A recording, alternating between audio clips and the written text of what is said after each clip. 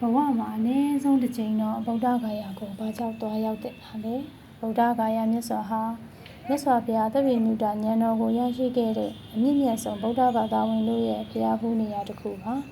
ဒီနေရာကိုရောက်တဲ့အခါသမိုင်းဝင်နေရာတစ်ခုကိုမြင်ရတယ်ဆိုတာထက်ဗုဒ္ဓရဲ့အလင်းရောင်ပေါ်ထွန်းခဲ့တဲ့မြေကိုကိုယ်တိုင်ရောက်ရှိရတဲ့ခံစားချက်ကိုရရှိနိုင်ပါတယ်အေးချမ်းတဲ့ပတ်ဝန်းကျင်မှာတရားထိုင်ကုသိုလ်ပြုရင်စိတ်ကိုပြန်လည်တည်ငြိမ်စေနိုင်ပါတယ်အခုမြင်တွေ့နေရတာတော့မိဂဒာဝံတော်ဖြစ်ပါတယ်မိဂဒာဝံတော်ဟာဗုဒ္ဓမြတ်စွာဘုရားသည်တရားအတူကျင့်ခဲ့မှုသောပိဿဝဂ္ဂီယဟန်၅ပါးဓမ္မစကြာတရားကိုပထမဆုံးစတင်ဟောကြားပေးခဲ့တာပါဤတရားတော်ဟာအလယ်လက်လမ်းစဉ်အရိယသစ္စာ၄ပါးနဲ့မဂ်ခင်၈ပါးတို့ကိုအဓိကဖော်ပြထားပြီးဗုဒ္ဓသာသနာ၏အခြေခံအယူဝါဒများဖြစ်လာခဲ့ပါတယ်ထိုတရားဟောကြားပြီးနောက်ရှင်ကောဏိညာသည်တရားကိုပထမဆုံးသိမြင်နားလည်ကသောတာပန်တည်ခဲ့သဖြင့်ဉာဏ်ညာသည့်ကောဏိညာဟုသောဂုဏ်ပုဂ္ဂိုလ်ရရှိခဲ့ပါတယ်